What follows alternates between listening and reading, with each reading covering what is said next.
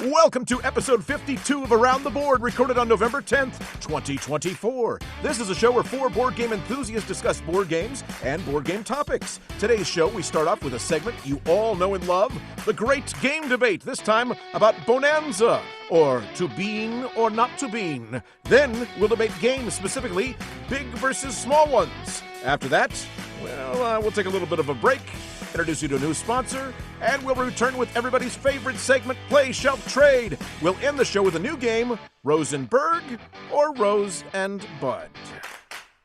Here are your hosts. Daniel never feeds his people Connors. John always breeds sheep Weissman. Chris replaces sheeples with cubes. I like to call them animeeples. Thomason. And Andy, are you sure donkeys and sheep can't breed? Barnett. Now join us around the board. I don't think I get that one. Yeah. Well, let me explain. I didn't get mine at all. That was all how we play.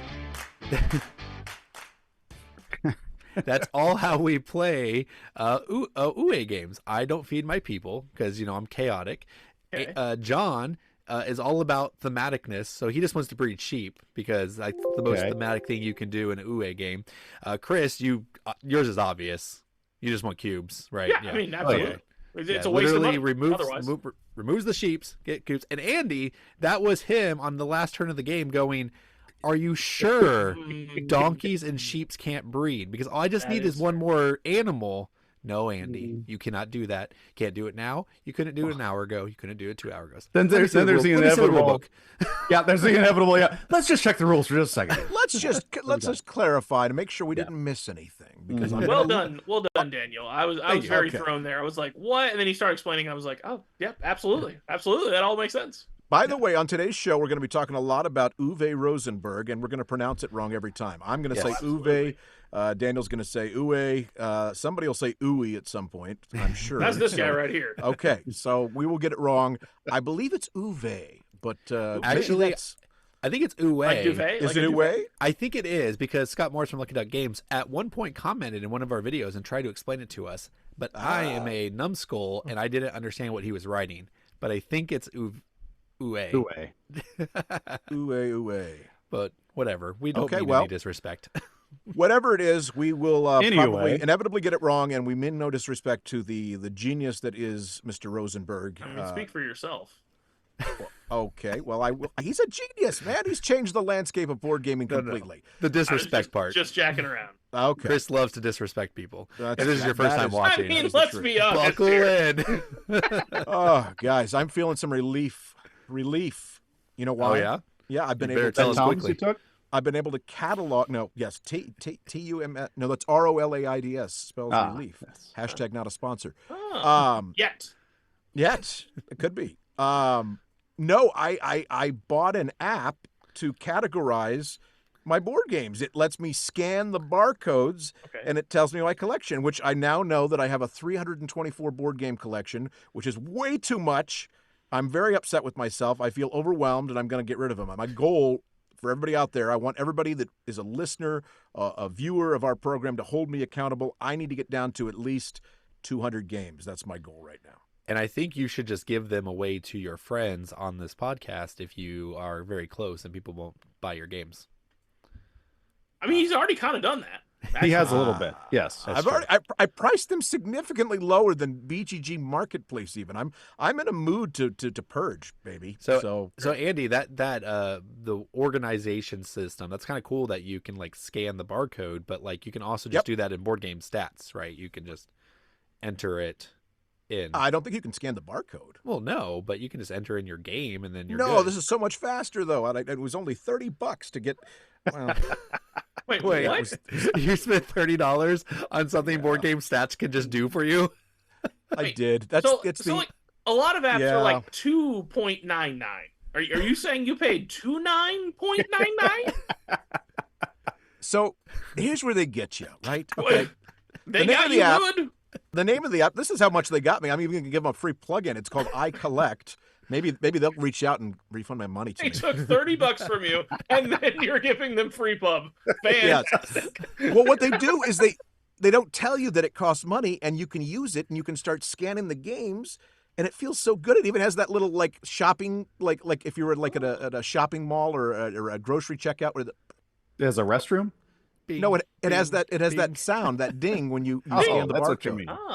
And it's so pleasing to the ears and delicious to the eyes to see my game populate there in the little app. And I started doing it. I was like, this is amazing. And I got to 15 games, which is That's what I was wondering. How many did you get to do for free? I got 15 for free, and then I was like, it was like, you got to pay $29.99, and I was like, oh, only 15, Andy. I thought you were at like 120. Like I could see that. You're like, I did half of my collection. I can't just stop now. Yeah, but you have to understand, I scanned those 15. I scanned those 15 in like less than a minute. Time is money, people. Time is money.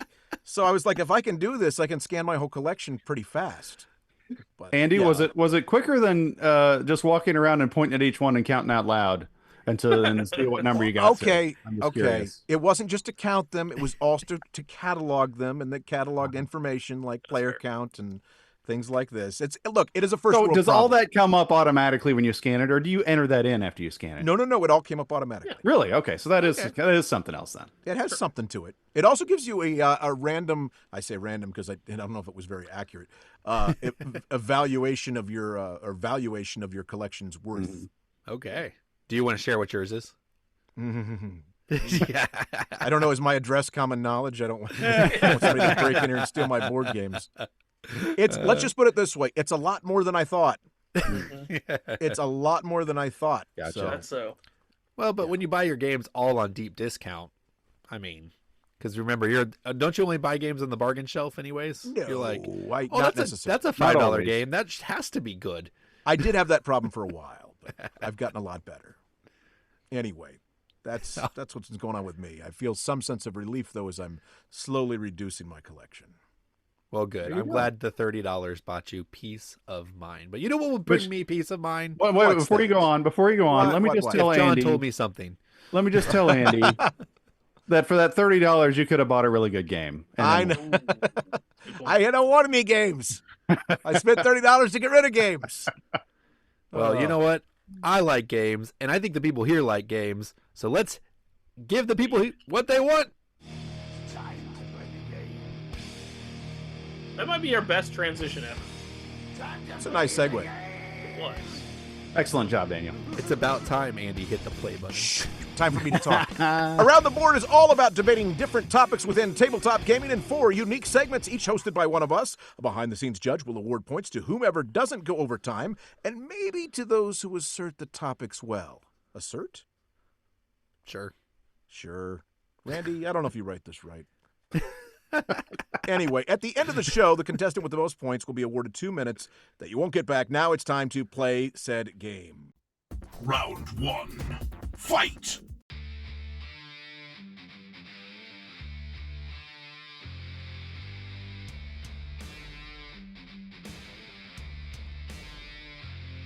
First up is the Great Game Debate. In this segment, we take a look at board games of the past and see if that game still holds up to today's standards. And we've got a good one today. It's Bohnanza, or To Bean or Not to Bean. 2 to 7 players, about 45 minutes. Designer Uwe Rosenberg.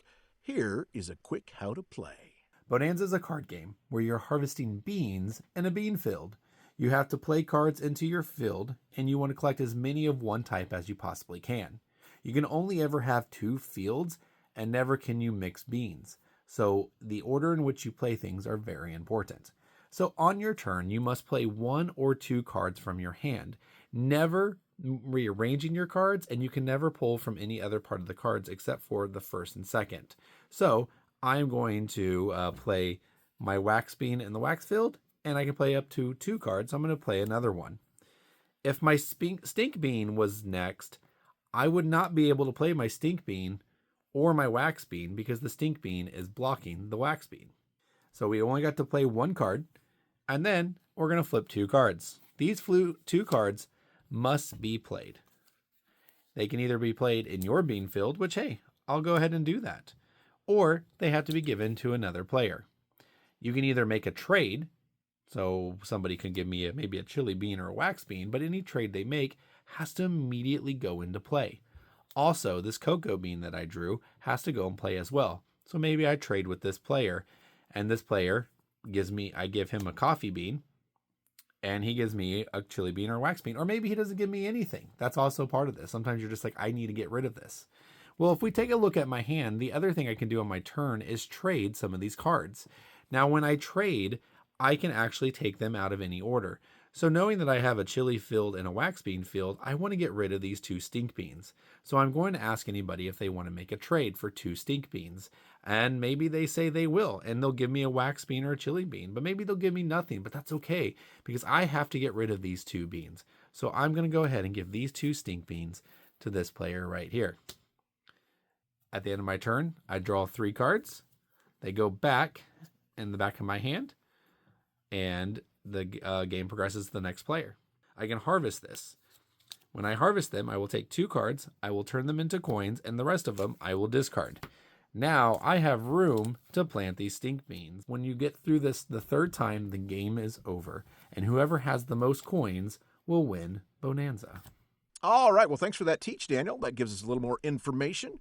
Yeah, so this is an interesting one. I'm going to start this one off, and I'm going to say that this is indeed a great game. And, you know, if you'd asked me about 2 or 3 months ago if I thought it was a great game, I probably would have said no, because it kind of got lost on my shelf. It's an older game, came from, I believe, 2007 is when it first came out. I got it probably around 2009, 2010. I think it was 1997, to be precise. Seems a lot. Was it 97? Yes. Yeah. Is it that old? It's like 30 years old. Yeah, Maybe the copy I had was printed in 2000. Oh, okay. Well, sure. But yeah.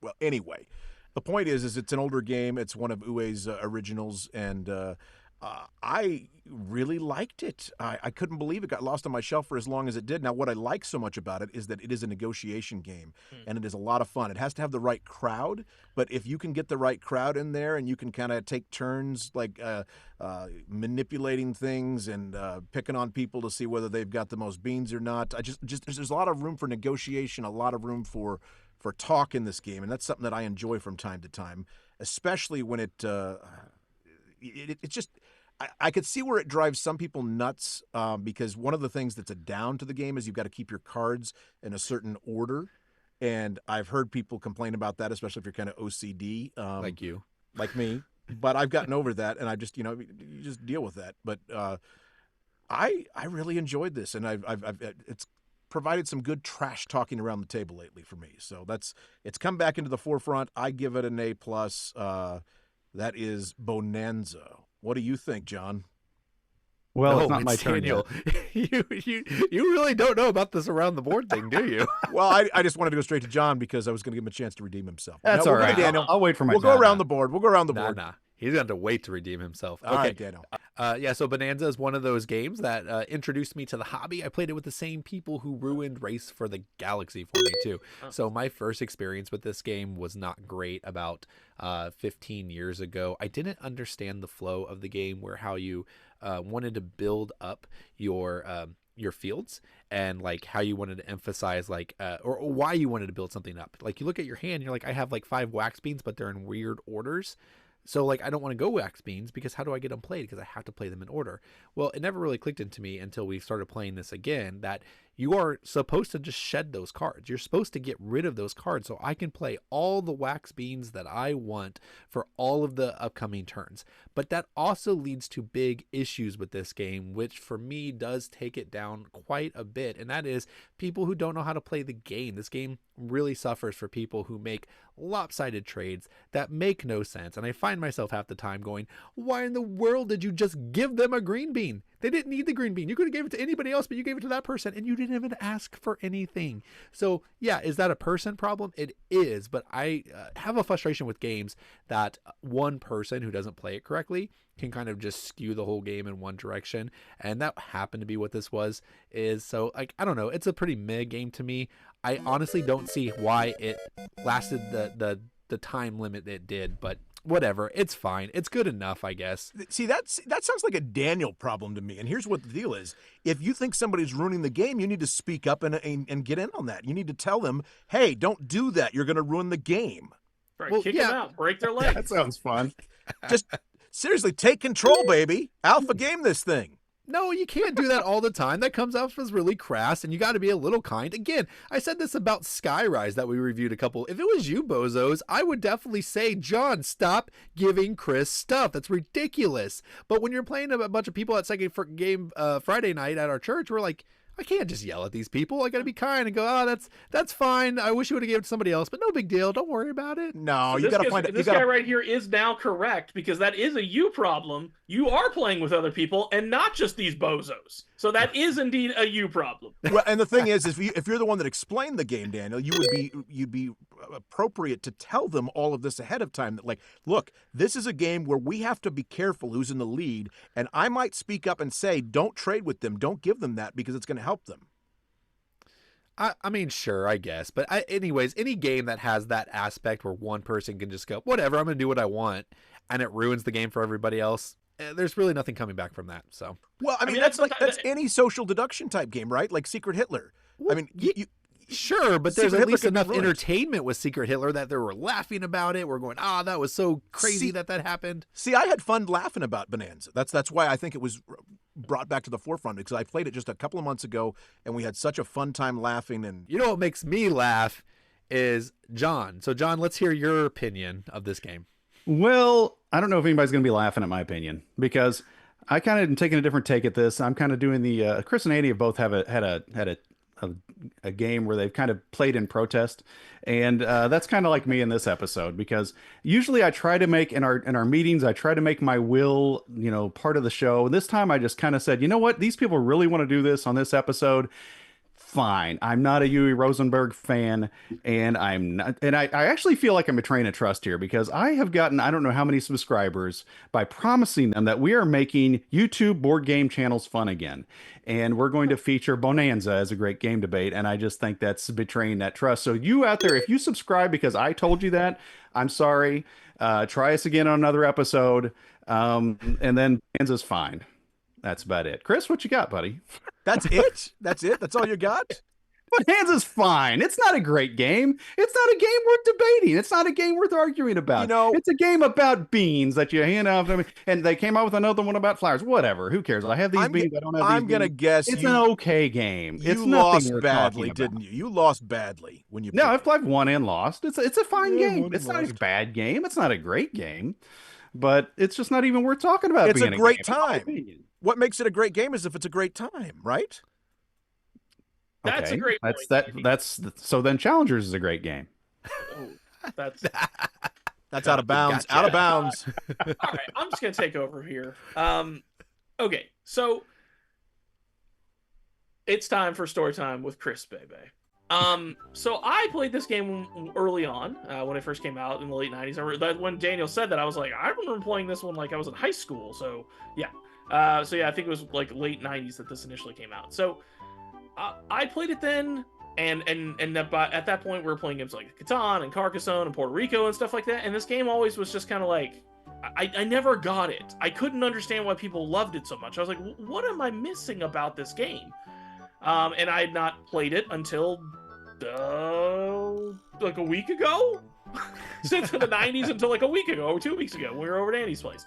And I played it, and we were like 2 turns in, and I was like, wait, this is the game? And with like all play groups, right, some people just, they misread the rules or they mistaught it, like not throwing shade at anyone here, but I'm just saying that's a reality that happens in our community. So I'm like, okay, what are we not doing in this game? What rules are we missing and stuff like that? Now, technically, we were actually missing how you draw 3 cards at the end of your turn. But that didn't change anything. It doesn't change the almost absolute lack of agency I have to do anything in the game. Like you were saying, like it requires you to like, I flopped 2 cards that are not the fields I'm running. I'm now forced to negotiate to just give them away to people in this weird like semi-cooperative environment, basically. I don't know why Andy likes this game, because it's basically semi-cooperative because you have to like help everyone by default. You're forced to.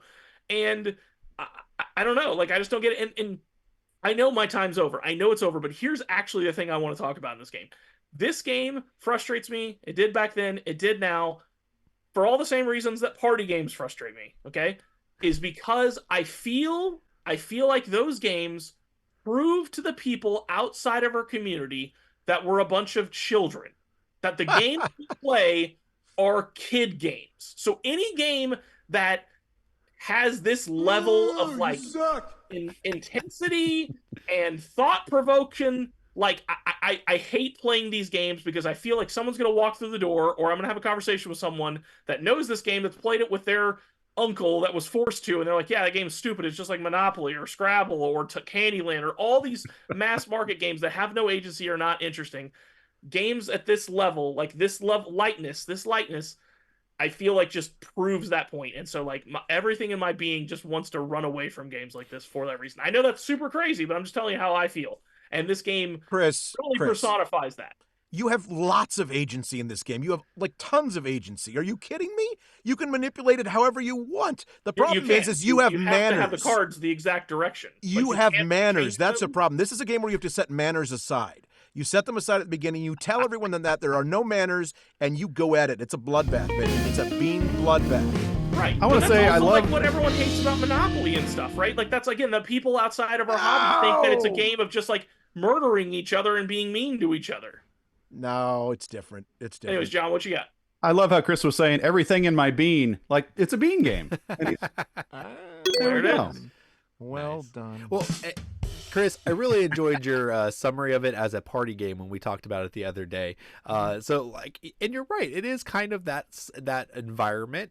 I do think there's more strategy than you're giving credit for, though, because you are trying to shed those cards in a unique way. But you are also right; it is a lucky game. At one point, I ended up with 5 cards, pretty much that were all the same, and I was like, my strategy worked out. I was like, I just drew them. That's all I did. I was going to pull it up on my phone, but it's just not worth it. It's not worth the time it would take. My opening hand was all 5 of the same bean. Yeah. It was ridiculous. Yeah. I was just like, well, I'm going to run over these people. Have you guys heard of shuffling? Have you heard of shuffling? I didn't. Someone else did. It wasn't me. That's the but again, dance, right? It's all 5 of the same bean. And I was like, well, I'm going to run over these people because, again, I know the lack of agency you have in this game. Sweet, I'm going to run them over because I don't even have to worry about it. Like I'm just going to run these 5 until I'm out of them, and then make the second field be the first one that doesn't match, and they're going to be having problems. And by the way, just let you know the way the game ended: 15 to 14 to 13 to 11. And but did you have a good time? That close of a score, something's wrong. Yeah, did you have a good time though? Did you have a good time? No. Chris, we had a good time. We were playing with good people. I had a good time because I knew it was leading to this moment. That's why I had a good time. And I was able to drop the party game thing to Daniel. That was fun. That was great. I guess in summary here, the reason I give it a pass and say it is a great game is because I have a great time playing it. It is a nice change up between all those other heavy Euro games that I enjoy very, very much. But this one's played quickly. This one's played very quickly when you play it right. Ish. Yeah, but like in the same time, I could play Furnace, and that game is so much better. Very true.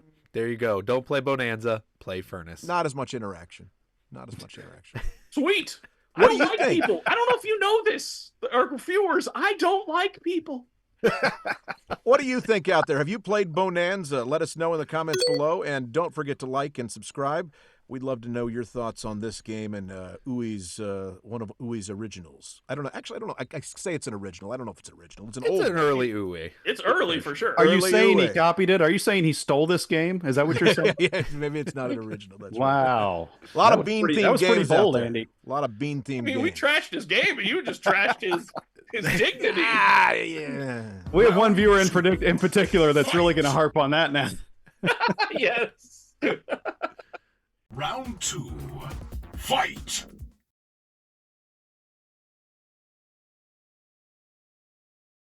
All right, round 2 comes to me, and it might be the only part of the show where we're not necessarily talking about Rosenburg games. So no, we definitely are. We're giving you a break here. Okay, that's fair. Because this I mean, we're in a very abstract way we might be, but this is about big games, like big box games versus small box games, and what do people prefer? All right, yeah, we're talking about games here, big versus small. Is there a better time and place that you would want to play one or the other, or do you just always prefer one or the other? Do you always prefer the big box? Do you always prefer the small box? And then we'll go ahead and start with me, and we'll send it around. And it's kind of funny because I've grown a little bit in this on my own, because I don't know how many times I've like been in a game trade or math trade or something like that, and you're looking at the picture and you're like, oh, that game looks pretty good. And then you click on it and you realize, oh, it's a small box game. Never mind. I don't need that. And it's immediately written off. And like even at the game store, sometimes when you're going by the aisle, like, yeah, skip those. Let's go to the big box games and look at them. And there's just something about that big box that you're like, you just want to unfold everything on the table. You want to dive into it. You want to have all these goodies. But there's a time and a place for the small box games. And you know what's one of the things, not a sponsor, one of the things that has made me appreciate it is, and Chris mentioned them earlier in the prep for the show, is the company All Play.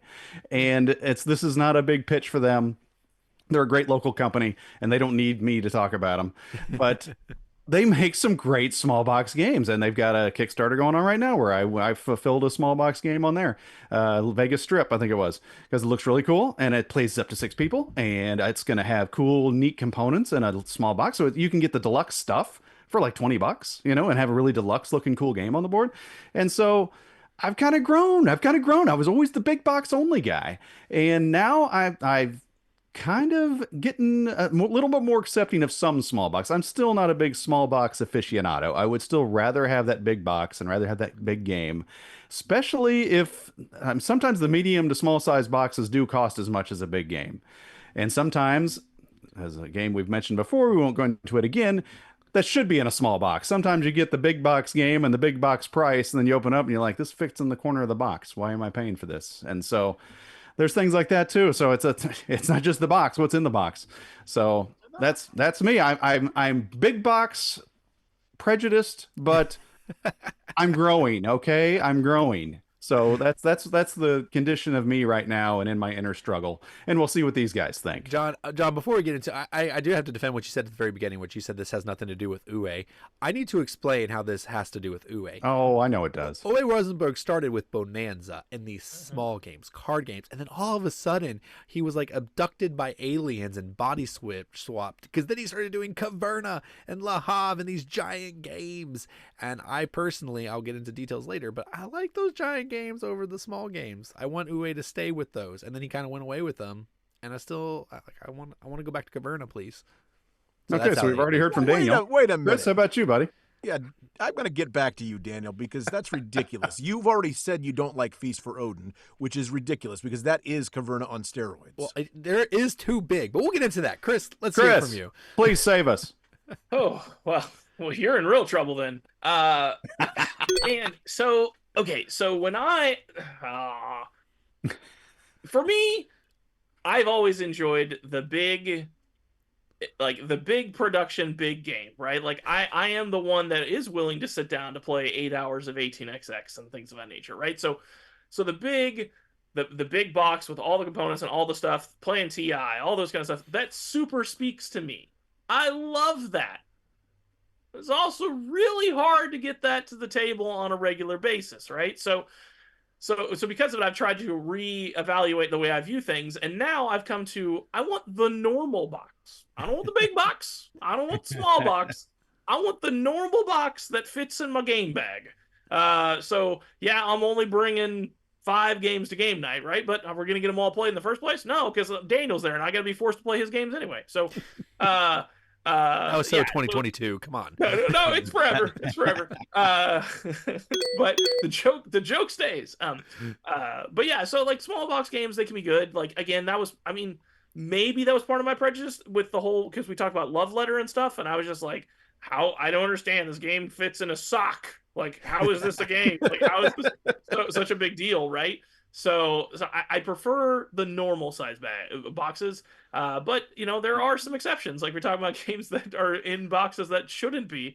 One of my favorite games that Randy actually initially pushed me on was First and Roll, and that game has a normal size box, and it should fit in a way smaller box. But the upside of it is you pull out the little insert, man. You can. I now have, it's like my get out bag. I have 9 games in there, including First and Roll, as well as a bunch of other games. It's my get out bag. So I like the normal size box because it fits in my game bag. Well, perfect. Hey, we got to acknowledge that he said he around likes the board French Kiss Award. Thank you. We got to acknowledge that Chris said he likes big productions. Where's Chris, and what did you do with him there, guy in the yellow orange? I like big productions that are warranted, not for no good reason. Okay. Like that insert in First and Roll. Correct. Andy, help us out. Well, you kind of stole my thunder just a little bit because I was Yes. going to say it's not about big or small; it's about the medium. Because I like conformity in my box sizes. If we're going straight for box sizes, I want it to look nice on the shelf and be in the standard box size. That sounds However, like me. truly though, this question is kind of silly. I'm not even going to give it the time of day. I'm gonna just take my time and name some games that are small and big box games that are good.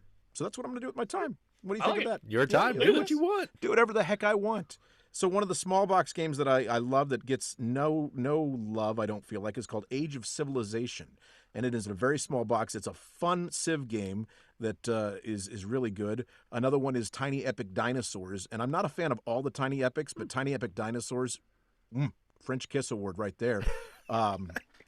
By the way, if you don't know what we're talking about with that, go back and watch the previous episode. Yeah, the Tom Vassell episode. Ah. Yes, the Tom Vassell. And Most likely you have watched it, so yes, Right. The big And boxes. thank you for showing up. yes. For the big boxes, it's got to be really good to warrant taking up that much space. I mean, it's got to be a deluxe, like it's got to be a deluxeified version of Castles of Burgundy, which is so worth it. But there's others that it's like, I just don't need a huge box like this. Like Wonderland's War. Wonderland's War's pretty darn good, man. It's pretty deluxe, at least. It's deluxe quality. It's one of those and things. It's a good experience. How many times have you played it now, Chris? Half Half a time. half the time. I think I played it twice. Whatever. Daniel, before we go on to you, just one more thing about that. As when I was thinking about a big box, I wasn't even thinking about the just huge boxes like you're talking about. I was thinking more the normal size or a little bit bigger, because I do remember my big thing is there's no such thing as an overproduced game. And then I got Cleopatra and a Society of Architects big box thing, and I was afraid to even take the pieces out of the box. And that was my fear. I'm not going to get this back in here right. I'm taking pictures of it, and I'm taking layer by layer out. I got 3 layers out. I'm like, no, that's it. As far as I can go. I'm trading this. It's true. You can get overwhelmed by some of the big I was a little boxes. overwhelmed. Yes. So I get that way. I had the big box of Kingdom Builders, which I traded away here recently. But not that that's a very complex game, but it had so many expansions and so many things. I didn't get it to the table ever because I didn't want to get it back in the box. Yeah. My Father's Work is another one of those that had just like layer of trays. And it's is that right? like, Yeah. Like it freaked me out the first time I opened it. I was like, oh, I'm never gonna get back this back in right. It's worked out, but it did give me board game tray anxiety. There you go. All right, Daniel. Sorry to take up some of your win there. It's okay. No, it's fine. So I'm infamous for a reputation of hating small games. Much like Andy, who has this like reservation against co-ops and like no matter what it is, he's like, I hate it. I'm like that with small box games. Now, don't get me wrong. I'm okay with some. Like, this is a really great game that I have, Dungeon Draft. That's a small box. So I don't hate them all. But if it's in a small box, it has to be really, really good because most of them are just mid. Let's just be honest. A lot of them, they don't carry a lot of weight for me, in my opinion, of course. I want my board game experiences, whether Euro or Ameritrash or card games, I want it to be robust and exciting and something you look back on. And that is why right now my room is ridiculously overran with big box games like Mechs vs Minions and Gloomhaven and Frosthaven and Freedom 5 and Millennial Blades and Arcs, which is like this super duper like overproduced things. My big box of Sentinels in the Multiverse. What about what is it called? It doesn't matter. I love my biggest game. They want to be epic. They have to be great because they're not worth playing unless they leave an experience that's behind. And then as far as like connecting this to Uwe, give me a big Euro game. I don't want these small Euro games because they, to me, they give me an illusion of a fun time. It's like I get 3-4 fun choices and then it's over. So I want my Euros to come into a big game too, and I want them to cover the table. I want them to be people walk in and go, "Oh my gosh, what are you doing?" And we're like, "Yeah, we're playing a game." So that's right. So big boxes, give me big boxes. I like big boxes and I cannot lie. Oh boy. Thanks for that, Daniel. You're welcome. That was too much. I had to do the hurry up sound. Yeah, Yes, that's fine. please. Producer told me to do it, so I better got extra points for that. Yeah. It's fair. Yeah, there we go. Yeah, All right. Well, So in truth, like, I mean, really just kind of wrapping up like Daniel talked about, right? Like, and I almost talked about it during my segment, is that like there is some sort of, like, that's what I was kind of alluding to with Love Letter. In fact, you put it in sock. Like, there is some ceiling to, like, if you don't have enough, like, you have a physical ceiling of depth that you can have, right? If you don't have a whole lot of actual stuff in the box to even work with, right? Now, you could say, like, oh, well, there's infinite depth in, like, Magic the Gathering. Like, okay, yeah, and they're just cards, but you need a room full of cards to really add that depth, right? It's not just that one deck. So it's that there is a ceiling to with how much there can be with how big the box is. So I do have one exception, and that is with abstract games. A game like chess or Onitama or something like that. Those can do some really cool things with very small spaces, but I think that's a pretty limited field. It's not. I don't think it expands to all games. Sure. all right. Well, It's you all tell about us. uniformity. Oh gosh. All right. Well, you tell us out there what you think. Are you like Daniel? Do you like the big box? Do you like that big box? You like all that junk in the insert? Is that what you like? Or do you like it to keep it small and thrifty and agile? That Cosmo game. Let us know. Let us know in the comments down below, and please like and subscribe. But now we're going to pause for these messages. We'll return after these messages. That's right. I'm Mr. Bucket. I'm Mr. Bucket. Toss your balls in my top. I'm Mr. Bucket. Out of my mouth and we'll pop. I'm Mr. Bucket. We're all gonna run. I'm Mr. Bucket. The game's Mr. Bucket. The first to get their balls into Mr. Bucket wins, but look out, because the balls will pop out of his mouth. I'm Mr. Bucket. The balls pop out of my mouth. I'm Mr. Bucket. A ball is what I'm about. I'm Mr. Bucket. We're all gonna run. I'm Mr. Bucket. Mr. Bucket from Milton Bradley. Buckets are fun. All right. Well, that was quite the sponsor throwback there, Mr. Bucket. That one came up at our game night, and well, a lot of the stuff we talked about couldn't be aired. So unfortunately, But those that were involved in that conversation, this was funny. that was an Easter egg just for you. Just for you. Well, let's get back to it, shall we? Round 3. Fight! Maybe we should go check on Hansa, see if he has any comments from that last banger episode with Tom Vassell. Oh, we should. You're right. Let's go to Hansa. Well, hello, guys. I enjoyed your conversation on big boxes. I have a big box, too. Don't know if you knew that. Big box Hansa. Anyways, from the last episode with Tom Vassell, we have a comment from Bake Rudol. He says, Chris's third copy of Onitama will be destroyed by a French kiss from John. Gross. That was the grossest thing I've heard. Wow. I didn't know about the John part. That really takes it to the next level. That's weird. I got weird fast. Just to Well, clarify, only if I like it. Only if I like it is it in danger Ah, of receiving the French kiss. I So feel like since it's been mentioned multiple times in this episode, we have to clarify because there's somebody that missed last episode. Was it Chris that was trying to say chef's kiss? No, it was No. me. Oh, it was I was John. talking about Trying to say chef's kiss. Aquatica, and I was saying it's Okay. like Chris, like you say, it gets the French kiss, and then Like, no, what? wait, the chef's the kiss. chef's That's what. kiss. Because then I started doing the thing. That's not a French kiss. What's No, it's You not. always say, you give a game a French kiss. Chef's kiss. Chef's kiss. It's very, I mean, we can switch it up, play shelf trades, whatever. Maybe I really like Aquatica. Okay, Remind me not to borrow any of John's games ever. but it's due some kind of kiss because Yeah, so if And then I said it's interested- because I really liked the game. That's what. There you go. And so Yeah, immediately so- I was like, if for some reason anyone actually cares about what we think about games, and we actually start getting people asking to put our seal of approval on it, be like, oh, it's the round the board French French kiss. kiss. There it is.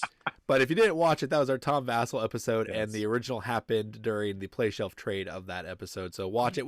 That all went down in front of Tom Vassell too, so that wasn't Yes. awkward at all. Always nice. We Yeah, were as exactly. on brand as ever. Mm-hmm. All right, well, let's get back to why people are really here, and Exactly. that is to find out who's going to win this thing. Just to recap the scores, by the way, we don't often recap the scores, and maybe we should from time to time. We're halfway through, and we got a three-way tie at the top, 10-10-10 for Daniel, Chris, and John, and I'm right behind at 9. So it's anybody's game at this point. You know I'll what that save for reminds my me of? Because I'm What's an that? old guy. It was back in the day when you had long distance companies. There was those ones where it's like dial 10 10 10, then 8 10 10, and then the area code, and then your number, and you'll save 2 cents on your long distance. 10 10 3 2 1. Good job. Indeed. Yeah, the one I remember was 10 10 220. We should make sure we throw that commercial in somewhere. Yeah. That would be a fun one. All right. Yeah. Round 3. Fight!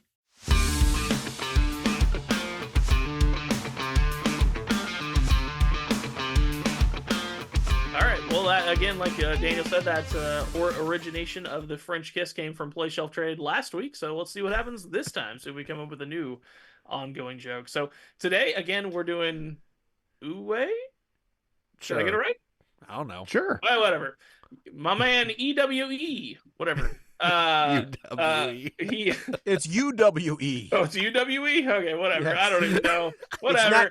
You know what? So, in truth, I do like this guy. At first, we were in pre-production. I was like, I guess we can talk about a guy that I don't really like any of his games. And then we got to talking. I was like, oh, actually, there's quite a few games I liked about this man. And my number one, without question, is Glass Road. Speaking of Glass Road, it's not on this one. But anyway, so right here we got Patchwork, Feast of Odin, and Le Havre. Patchwork is the smaller 2-player. Man, I still can't think of the name. The little shapes, the Jenga pieces. Polyomino. There it is. Not Jenga, it's Tetris. What am I talking about? Yes. Anyway, all those weird different Tetris or whatever. Anyways, Jenga pieces. I'm all lost here. All right, and then we got Feast of Odin, which is the giant, huge worker placement Euro thing. Yeah, moving on from that one. It's Feast for Odin, not of Odin. We're not eating. We're not eating Odin? That actually sounds more interesting. Yeah, it that does. needs to be a Halloween re-theme, and with Hannibal Lecter. We can get the IP of Silence of the Lambs on there. Let's go. And then we have the classic Le Havre. So I will start out here, and I mean, I already buried the lead by saying it was a classic. So obviously Le Havre is on my shelf. I love the game. I've played it once it first came out. I'm not one of, as we all know, I'm not one for that's big on production and all those different special pieces and stuff. But one thing that I've always wanted was the BGG upgrade of the little tiles and stuff for Le Havre specifically. Because that would be, especially because they're like the little, not Kallax, but Azul kind of pieces. They've had that same feel, and I love that feel. And they have so that would be amazing. That'd be the French Kiss right there, but so that's my shelf, and then I'm gonna go with Patchwork because first of all, I've actually never played it. I don't think I've ever actually played this game. Somehow it's eluded me, but I've heard such good things about it. I'm always interested in learning new 2-player games that are good and enjoyable, and I have a very mixed bag feeling on polyomino games. Sometimes they just knock it out of the park, and sometimes I just really don't like them at all. So I'm intrigued to see how I feel about this game. And then I'm also trading Feast for Odin because, wow, I really don't like that game. It's just too much. Like it is. Like, there are so many games, like, I know we're talking about games earlier about big boxes and small boxes, and I was saying, hey, there's a ceiling on how complex and how deep you can have the smaller the box because you need to have more things to do, blah, blah, blah. But then there is a limit, people. We do have to stop somewhere. And Feast of Odin just, like, encompasses, like, this new wave of games that, like, when I just see pictures of it, like, I'm just like, nope, I'm not interested in that game. And it's not because of the art. It's because there's just so much going on. I don't even know how I could even have a good time. And everyone talks about, oh, the money's, in games people will say is a good thing is the money's really tight and the actions are real tight. It can't be tight when there's 1,000 options and there's only 4 players. You get to do whatever you want anyway. So, not a fan of games like that. So, keeping Le Havre forever because it's not a chef's kiss, it's a French kiss. And Patchwork because I've not played it, and Feast of Odin because people like it and I can get some money out of it, and I don't like it at all. I award you no points, and may God have mercy on your soul. You got a few. That's right. Your opinion, not Randy's. Goodness. That is my opinion. So I'm going to get straight into it here, and yeah, you're crazy. You are absolutely crazy. Feast for Odin is incredibly tight. It scales well because you take away certain options and rows depending on how many players are playing. And it's incredibly tight. There are different options, but there are only so many things you can do, and if somebody gets in the way of what you're trying to do, it's so frustrating. But it's awesome. It's Feast for Odin. For Odin is Uwe Rosenberg's Mea culpa? Magnus Opus. No, I used to say mea culpa, but no, Magnus Opus. It's his masterpiece. It is another callback from early in the show. It is a lot of callbacks on this show. Feast for Odin is definitely going to the shelf. It is a masterpiece. It's everything that it's the evolution of Patchwork and Le Havre and Agricola and Caverna into the perfect game. It's so beautiful. It's got the tetriomino, tetriomino? Polyomino. And I've got Tetris and polyomino, tetriomino. Gengomino. Yes, no, we don't drink on the show. At least not on camera. Only before. That's right. As far as my play, I'm going to play Le Havre again because it's actually been a while since I played, and I did enjoy Le Havre. I've only played it a couple of times, but it was good. And then I'm going to trade away Patchwork, and the reason I'm going to trade away Patchwork is it's really a simple game. It's too simple. It's fine, but there's other things I'd rather play that are just abstract and small like that. So it's like Bonanza? Yes, no, exactly. Because that's not an abstract game. Bonanza is no, it's not. No, okay. Well, no, I was more talking about its theme. simplicity and boringness. Well, it's a very different kind of experience.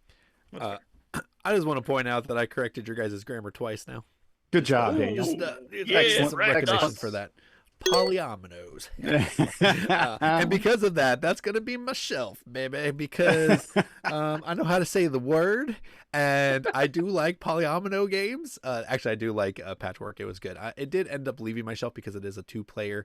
Actually, let me, first of all of these games were on my shelf at one point. I got rid of all of them. So that gives you an idea of how I feel about these games. But Patchwork would be the one I would keep out of these 3 because it takes up the less space. But also, I like polyomino games, but I got rid of it because my wife didn't like it, didn't resonate with her. So I was like, okay, I guess no point in keeping it, but I would have kept it if she liked it. I do like what you get to do when you're like moving around the board to get the pieces, and if you want to dry them up, like this person can't get a piece they need, so I move the pawn 1 space instead of 2 spaces. Like I kind of like manipulating things like that. So that's going to be my shelf. My play is going to be Le Havre because I had that for like 3 years on my shelf and I never actually got to play it, and I finally traded it. I played it a long time ago when I was first in the hobby, and it was so overwhelming. I was like, oh my gosh, I can't play this game. I could definitely play it now, and I want to play it now because I heard it's really good. Also, Tom Bassel loves this game. It's one of his favorite Uwe Rosenbergs, and I want to give it a try. And then my trade is just like Chris, Feast for Odin. Way too much. I have played that thing a couple of times, but I will agree with Andy. It is a beautiful connection of all of his games. So it was a really cool thing to see, kind of like when Freedom and Freeze did 504 and he kind of got to explore with his game design. I think that's what Feast for Odin is, but I don't want that much in a game. Not for me. The more you play it, the less it feels. The less it feels. Sure. Well, the less it feels overwhelming. The more you play it, the less you like it. No, that's not what I meant. I got feels for it. It's just like any of these games. The only reason you don't like it is because we have too many freaking games. If you just played that one a few times, you'd be like, "Oh, this is cool." That's fair. Maybe.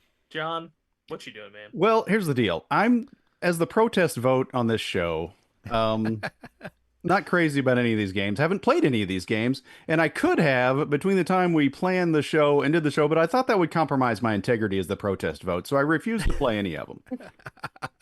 Because I know enough about them, I think, to go through this segment and rate them as play shelf trade. My play is easy. That's going to be Patchwork. That's something I could play with my wife. It actually looks fun, and it takes basically a themeless game and does what it should be. It's short and it's quick, and it gives you a few fun decisions, and boom, you're done, and you had a good time.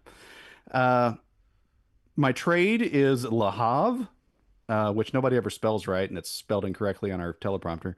But for many reasons. Number one, I'm a Pepsi guy, and there's Coke in the game because you change your. I don't think it's that kind of Coke.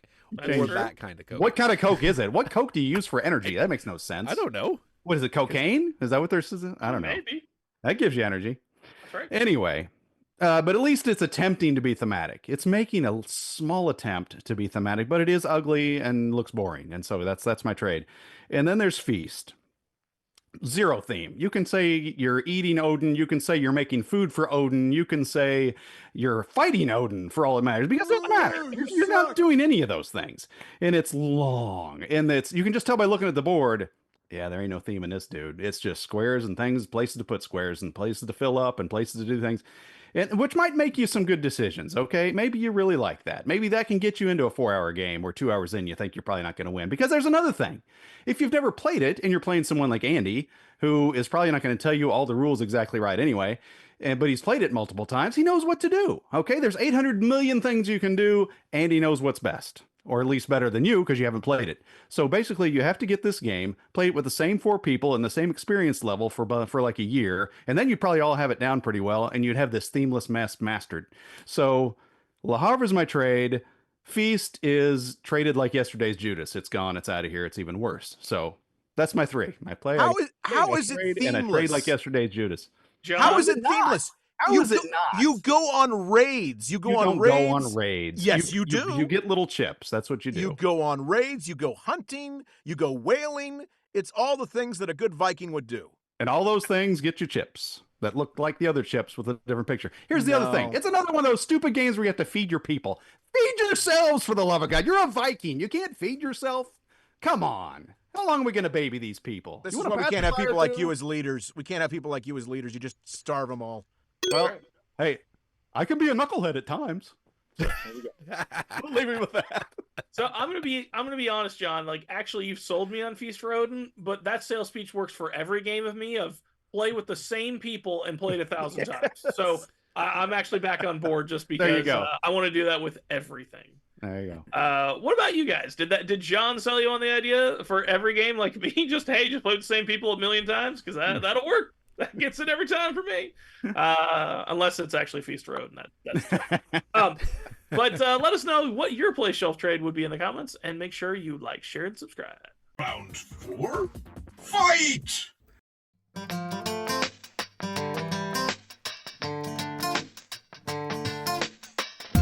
All right. So the 4th round, guys, a little behind the scenes here. This was going to be a board game Karen with Uwe's Rosenburg games, but I didn't feel like he had quite enough based on games? what we knew. Yeah, like he has a lot of games, don't get me wrong, but I didn't think that our knowledge of Uwe games would have been very dynamic. So I was like, but as I was looking through that, I was like, this guy has a lot of farm themed games, and games that are named after flowers and stuff. So I decided to call this Rosenburg or Rosenbuds. That's right. I am going to present a name of either a flower or a board game, and they're going to have to tell me, is this board game created by Rosenberg, or is this a flower, or is it both? Da, da, da. So what they're going to do is they're going to write their answer on the board. If they get it right, they get a point. If no one gets it right, I'll get a point. This is also going to be a little different than Board Game Karen. I might actually not score points this game. Unlike Board Game Karen's, where how are you going to win? Because I mean, that's the reason you came up with Board Game Karen, is so you could just make the points after you went and auto win, right? That's right. That's right. It had nothing to do with the fact that I thought you guys would answer all the questions within the first time, but you guys have no idea about board games, so it backfired, and I get all the points. I just think it means you guys need to be better. Okay. Regardless, do you guys have your boards, your whiteboards? All right, whiteboards. I'm trying to make mine. All right. I mean. Because this is a yes or no, right? Basically. Right? Yeah, you got to say Uwe, plant, or you could put bud, or both. Bud, both, or Uwe. All right, are you guys ready for this? Bud usually refers to a particular type of plant. Well, okay, it could be a plant or a land type that deals with plants. It's more, I picked the name for the funness of it, but the actual thing I might say could be a forest or something like that. Oh, I get it, man. Yeah, man. Okay, so totally, let's do this. First one is going to be Delilah's. Dahlia's. Delilah's. Is that a Rosenburg game, or is that a flower, or is it both? Yeah, so John probably got this right because he's he's writing on magic cards. At one point of the game, John actually answered this question already. It's a game about beans that you hand out, and they came out with another one about flowers. Whatever, who cares? So, John, what is it? What did you say? I said trampoline, Alex. What? What's trampoline? Well, it used to be called Jumpaline until your mother got on one, Alex. What just happened? Wow. Wow, very nice. Yeah, classy. I'm going with a plant with my forest. It's not actually a Okay. forest. I couldn't find any lands. I got just actual cards. So. Andy? Rosenburg. John, what is your answer really trampoline? Are you just protesting this? That's right, Alex. Oh my gosh. Okay. So I'm going to get a point because this is both. And John, I thought you had this. This is the Bonanza re-theme of planting flowers. It's called Bonanza, Delilah's. I just left out the Bonanza part. Gotcha. Yeah. And then everybody knew that Delilah's are at least plants. So whoever said Rosenberg, that was just bad. That would be me. Thank you. Have you never heard of a Delilah before? Are you pronouncing it right?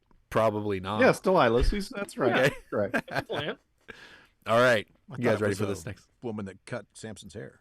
It's that too. Ah. Okay. Are we ready for this? Next one is Yes. Applejack. Applejack. Is that an Uwe?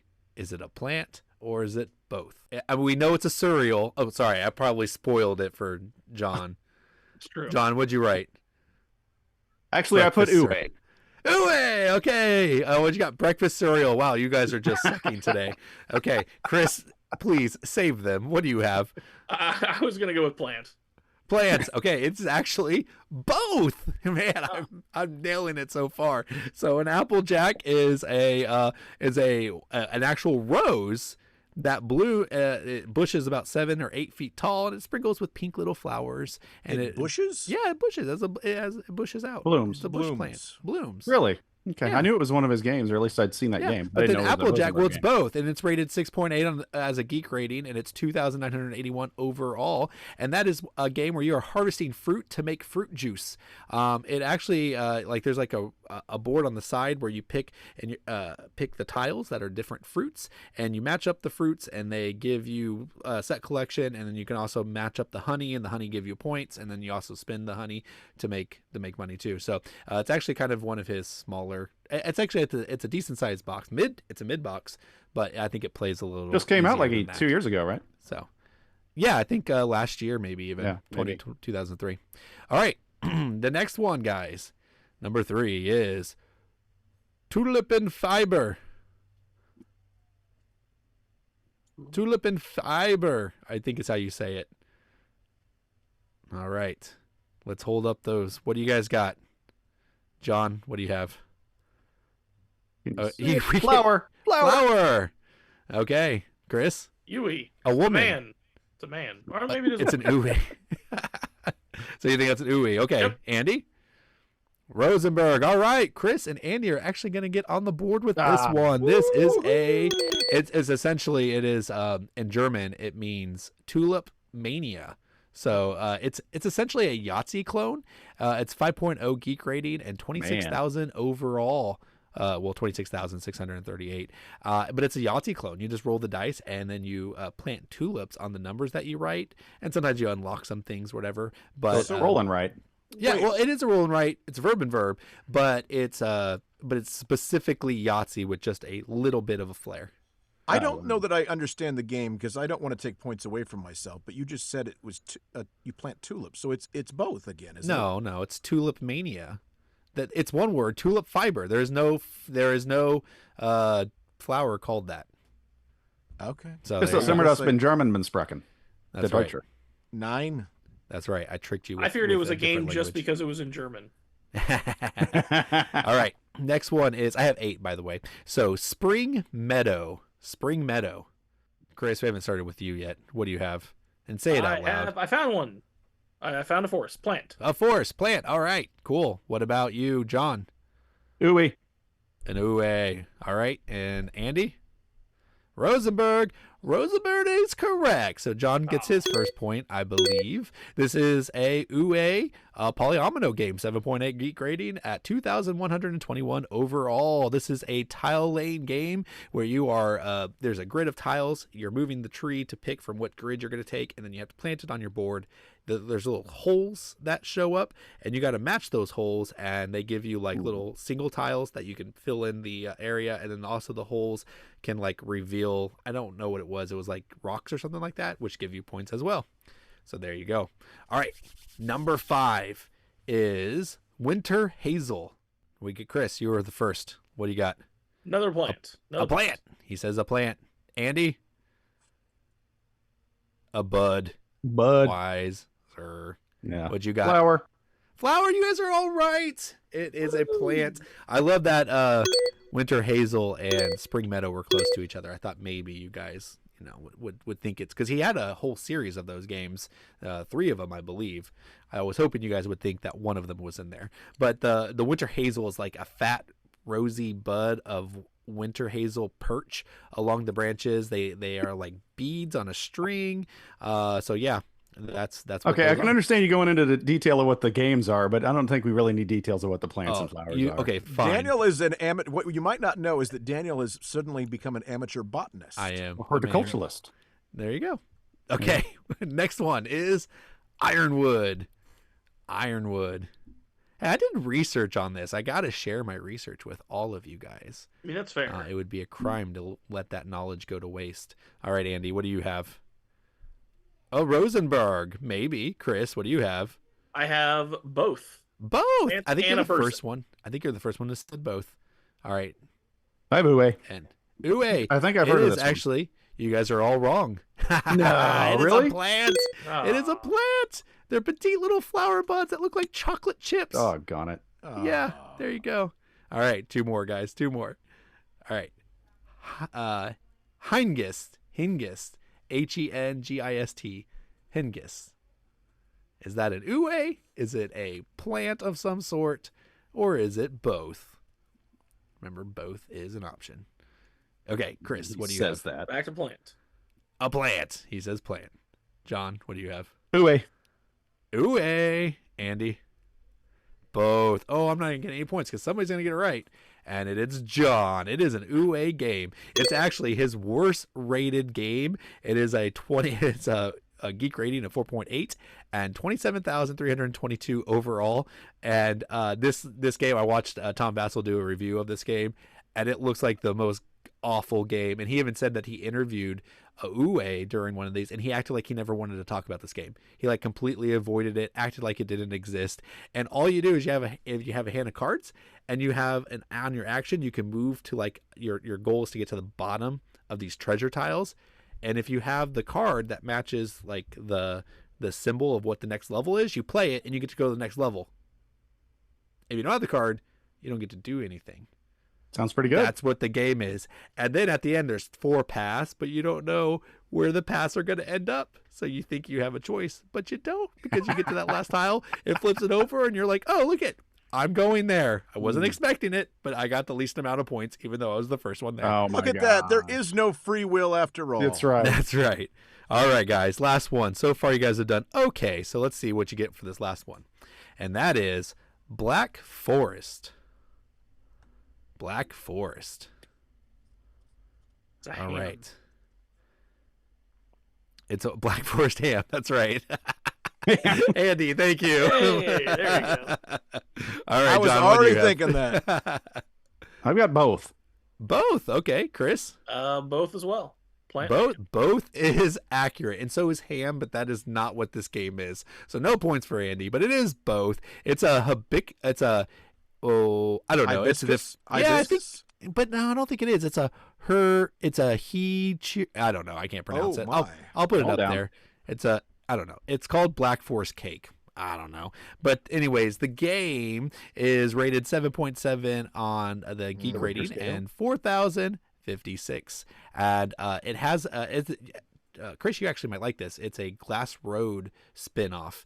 It has a provision wheel that you place your workers in between 2 locations that are in a village, so those village buildings can change. So you're kind of getting resources by placing it between the village, and then something about the provision wheel like turns, and once all the provisions come off, the game is over. So there you go. It sounded like there was a ham cake involved somehow. Yeah, that was weird. Ham cake. Yeah, ham cake like that. Ham cake. Thanksgiving's coming up, guys. All right. Yes, Chris and John both got that right as saying that it was both. All right. And at the end of that, I almost squeaked out a victory, but unfortunately I did not. But John at 18 beat me, who came in at 17, Andy at 16, and Chris at 15. So John, you get 2 full minutes to waste our time with whatever you want. That is incredible because it's been. Remember when it used to seem like I won every show? I mean, it was like no 5 or 6 in a row there or something like that. I could just will wins back and forth, and then it's been a little tougher lately. So this one feels good. It's the first time I've won one without a guest for a while. So let me get on with it. And so that's what I'm going to talk about. You know what I'm saying? You're going to talk about the fact that we hey, whose time is pointed it? out your corruption that you're paying off Randy. Yes. And that's why you haven't been winning. No, We here's what brought I'm going it to up talk about politely. because actually, Daniel will probably remember this. As game players, sometimes you have a losing streak. Dan, do you remember when I had this losing streak where it seemed like for a month I couldn't win a game? Yeah, it was when I first met you, and I thought you were horrible at games. No, it wasn't. It wasn't when I first met. But it almost became a joke, because it was like, oh, well, we know John's not going to win. He might be in the lead. That's not going to last. And so, but you know what? Sometimes you just got to persevere. Sometimes you just got to take all that negativity and disperse it and just have to know how to deal with it. A lot like this show. I hear all the time, you don't know what you're talking about. You're an idiot. Your show's no good. Nobody's ever going to watch. How you react to it, because then I say, you know what, honey, you're my wife. You really should be more supportive. And so it's all in how you react to it. So that's what I'm saying. Take that negativity and disperse it outward. And that's my. I'll cede the rest of my time to the Green Party, as Tom was so cool about saying. So there you go. The reason you hadn't won in a while is I did tell Randy to stop letting you win. That figured. So additional corruption, corruption upon a corruption. No, I'm just that good, actually.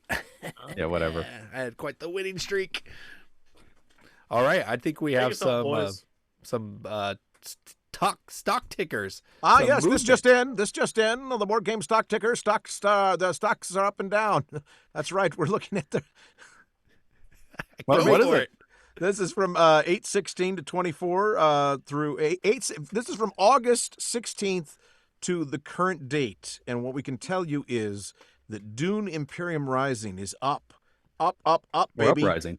It is uprising from 61 to 27. Ooh, that's huge move for a game that's broken. Massive.